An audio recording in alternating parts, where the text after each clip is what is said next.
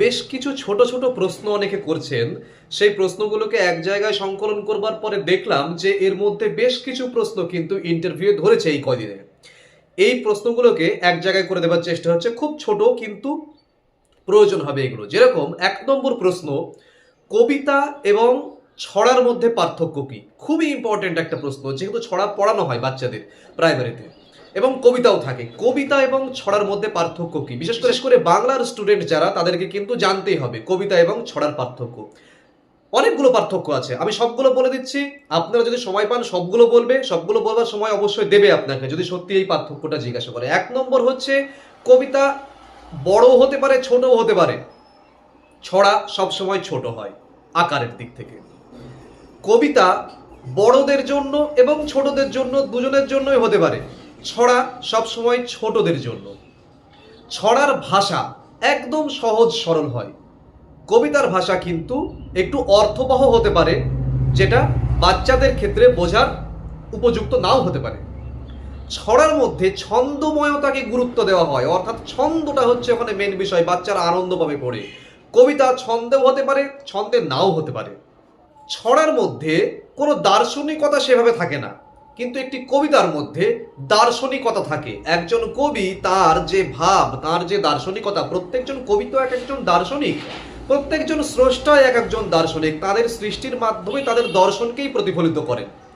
তাহলে যে কবিতা লিখছেন যে কবি, তার মধ্যে একটা দার্শনিকতা থাকবে সেই কবিতার মধ্যে। ছড়ায় সেটি থাকে না। তার মানে ছড়া অত্যন্ত সহজ সরল একটি বিষয়, যেখানে ছন্দময়তা প্রাধান্য পায় এবং বাচ্চাদের জন্য লেখা হয়, আকারেও ছোট। কবিতা আকারে ছোট হতে পারে, বড়ও হতে পারে, বাচ্চাদের জন্য হতে পারে, বুড়োদের জন্য হতে পারে, মাঝবয়সীদের জন্য হতে পারে, এবং তার মধ্যে ভাব গম্ভীরতা থাকতে পারে, এবং তা কিন্তু দার্শনিকতা বহন করতে পারে। ওকে, এই হচ্ছে ছড়া এবং কবিতার পার্থক্য। পরবর্তী প্রশ্ন, জাতীয় সঙ্গীত এবং জাতীয় স্তোত্রের মধ্যে পার্থক্য কি? জাতীয় সঙ্গীত একটি দেশের রাষ্ট্রীয় পরিচয়ের আনুষ্ঠানিক সঙ্গীত, যা নির্দিষ্ট নিয়মে গাওয়া হয় এবং রাষ্ট্রীয় অনুষ্ঠানে বাধ্যতামূলকভাবে পরিবেশিত হয়। ভারতের জাতীয় সঙ্গীত জনগণ মন। অন্যদিকে জাতীয় স্তোত্র দেশপ্রেম ও জাতীয় চেতনাকে জাগ্রত করবার গান, যা আনুষ্ঠানিকভাবে গাওয়া বাধ্যতামূলক নয়। ভারতবর্ষের জাতীয় স্তোত্র বন্দে মাতরম, অর্থাৎ জাতীয় সঙ্গীত রাষ্ট্রীয় মর্যাদার প্রতীক, আর জাতীয় স্তোত্র আবেগ এবং দেশপ্রেমের প্রতীক। জাতীয় সঙ্গীত বাধ্যতামূলক, জাতীয় স্তোত্র বাধ্যতামূলক নয়, সেটি দেশপ্রেমের এবং আবেগের প্রতীক।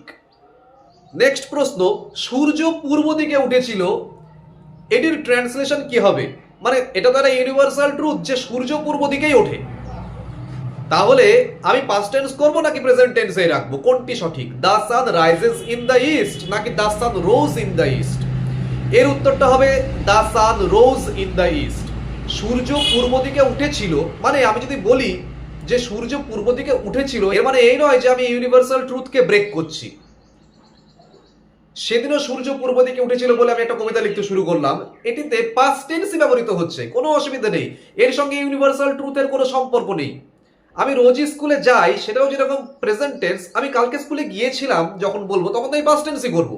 সেই হিসেবে সূর্য পূর্ব দিকে উঠেছিল রোজই করবেন, রাইজ নয়। পরবর্তী প্রশ্ন, উৎপাদক এবং গুণনীয়কের মধ্যে পার্থক্য কি? উৎপাদক বলতে বোঝায় সেই সংখ্যাগুলো যেগুলোকে গুণ করলে কোনো একটি নির্দিষ্ট সংখ্যা পাওয়া যায়, আর গুণনীয়ক হলো সেই সংখ্যা যা কোনো একটা সংখ্যাকে নিঃশেষে ভাগ করতে পারে মাত্র। অর্থাৎ উৎপাদক গুণের ধারণার সঙ্গে যুক্ত, গুণনীয়ক ভাগের ধারণার সঙ্গে যুক্ত। এগুলো ভালো করে রেডি করুন কিন্তু। পরবর্তী প্রশ্ন, শিক্ষা এবং জ্ঞানের মধ্যে পার্থক্য কি বলুন? শিক্ষা হলো একটি প্রাতিষ্ঠানিক ও পরিকল্পিত প্রক্রিয়া, যার মাধ্যমে মানুষ কিছু শেখে, দক্ষতা অর্জন করে, ব্যক্তিত্বের বিকাশ ঘটায়। জ্ঞান হলো শেখা এবং অভিজ্ঞতার ফলে অর্জিত তথ্য, উপলব্ধি ও বোঝাপড়ার সমষ্টি। শিক্ষা মানুষকে জ্ঞান অর্জনের পথ দেখায়, আর জ্ঞান সেই শিক্ষার ফল হিসেবে মানুষের চিন্তাকে, আচরণকে প্রভাবিত করে। ভালো করে লিখে নিন এগুলো। কয়টি বিষয়ে নোবেল পুরস্কার দেওয়া হয়? নোবেল পুরস্কার বিষয়ে এই জিনিসগুলো জেনে রাখতে হবে। মোট 6টি বিষয়ে নোবেল পুরস্কার দেওয়া হয়। এবার এই 6টি বিষয়ের অন্তত একজন করে নোবেল পুরস্কার প্রাপ্ত একজনের নাম মাথায় রাখুন। পদার্থবিজ্ঞানে নোবেল পেয়েছিলেন এমন একজনের নাম বলুন, আলবার্ট আইনস্টাইন। রসায়নে নোবেল পুরস্কার পেয়েছিলেন এমন একজনের নাম বলুন, মারি কুরি। চিকিৎসা বা শারীরবিদ্যায় নোবেল পুরস্কার পেয়েছেন এমন একজনের নাম বলুন, রোনাল্ড রস।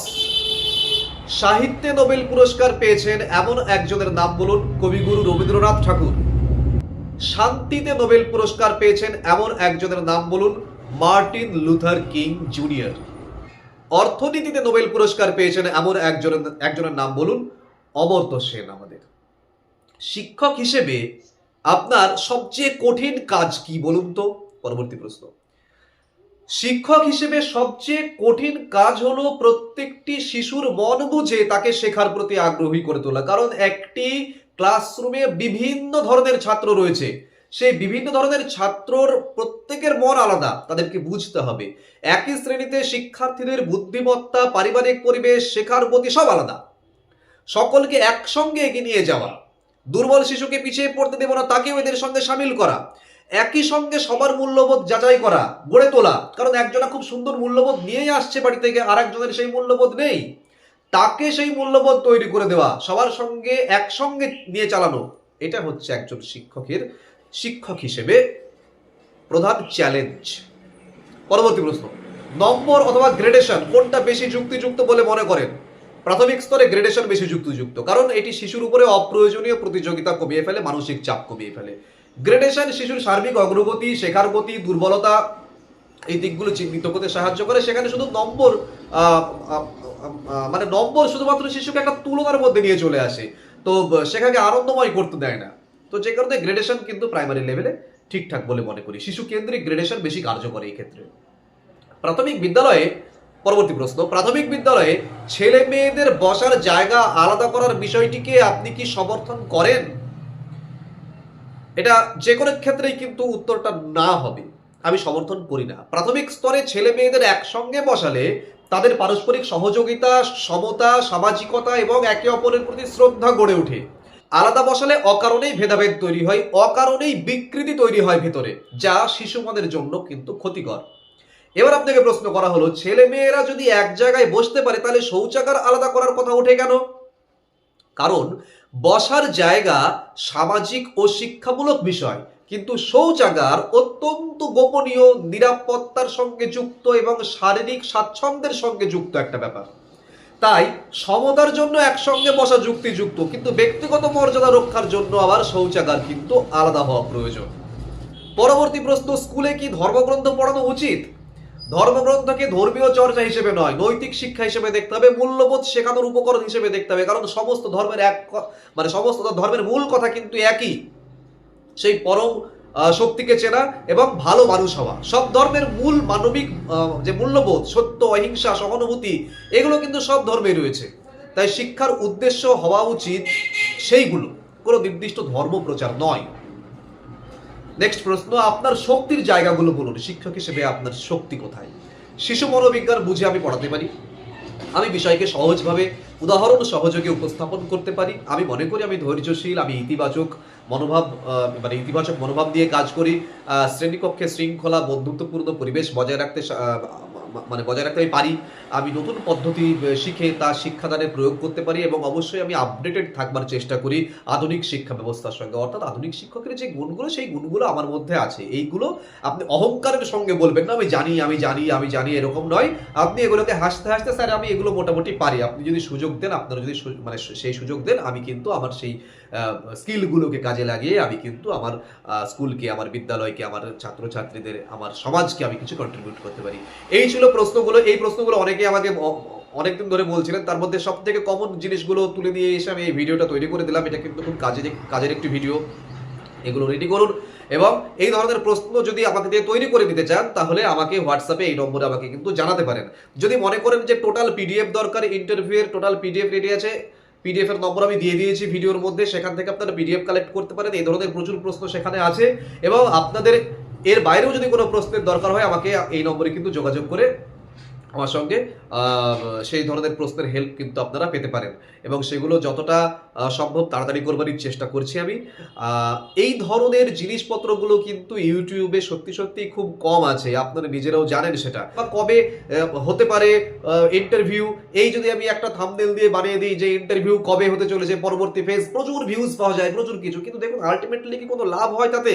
যখন হবে তখন আপনারা ঠিকই জানতে পারবেন। তাই ওগুলো বিশ্লেষণের থেকে আমার মনে হয় যে জিনিসগুলো তৈরি করে দিলে আপনাদের সুবিধা হবে সেই জিনিসগুলো দিচ্ছে। অনেকে জিজ্ঞাসা করছে স্যার আপডেট কবে আমার এই জেলা কবে হবে, অনেকে এসএলএসটি থেকেও প্রশ্ন করছেন স্যার 9-10 তো পুরো ঘুমিয়ে গেল, তাহলে কবে থেকে হবে?